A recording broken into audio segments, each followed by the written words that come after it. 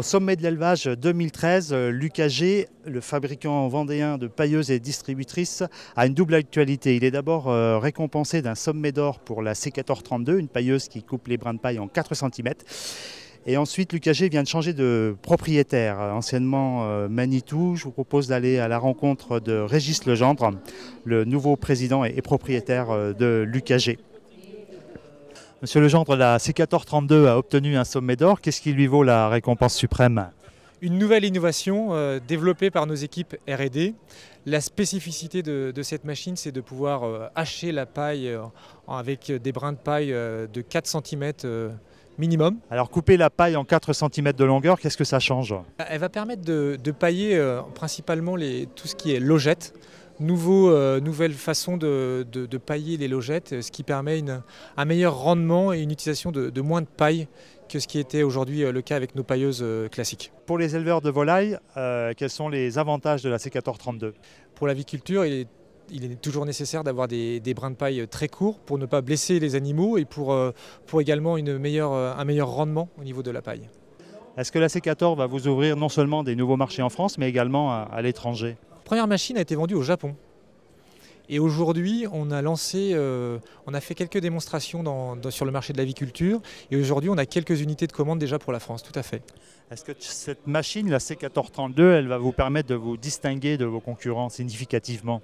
Beaucoup de concurrents n'ont pas cette pailleuse à paille courte déjà. Et ensuite, elle permet de nous démarquer parce qu'elle montre une nouvelle fois la capacité de Lucas d'innover. Et ensuite, pour nous, ça nous permet aussi d'aller attaquer de nouveaux clients, prospecter de nouveaux clients pour une meilleure diversification pour la société. Vous avez racheté l'entreprise l'UKG au mois de septembre dernier. Quels sont les défis à relever? On s'est mis 3 priorités.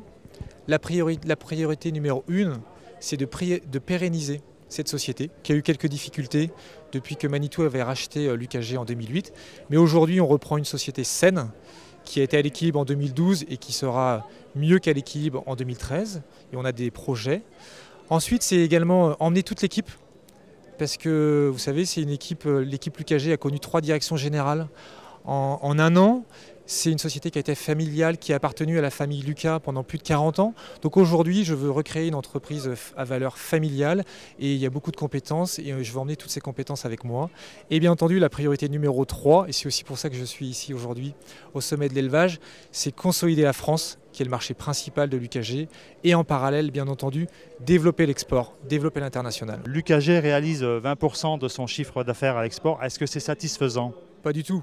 Le développement, la croissance de l'UKG viendra par l'export. Aujourd'hui, nous, on s'est fixé un objectif de 50% de chiffre d'affaires à l'export à horizon 2020. Quels sont les points forts de la gamme de produits l'UKG? Déjà, on a une équipe R&D composée de 11 personnes qui travaillent au quotidien pour améliorer la gamme, également développer la gamme. Donc nous, aujourd'hui, ce qu'on peut dire par rapport à d'autres concurrents, c'est qu'on a une gamme très large, très profonde, qui permet de s'adapter à tout type de clients dans l'élevage. Alors là, on est sur la pailleuse, mais quelles sont les autres machines que vous mettez au point? Alors, on a aussi tout ce qui est décileuse, mélangeuse, bol distributeur et également automotrice. Quelques mots sur la recherche et développement orchestrée par l'UKG. Je travaille dessus, mais laissez-moi un tout petit peu de temps. Je suis arrivé il y a 2 semaines seulement.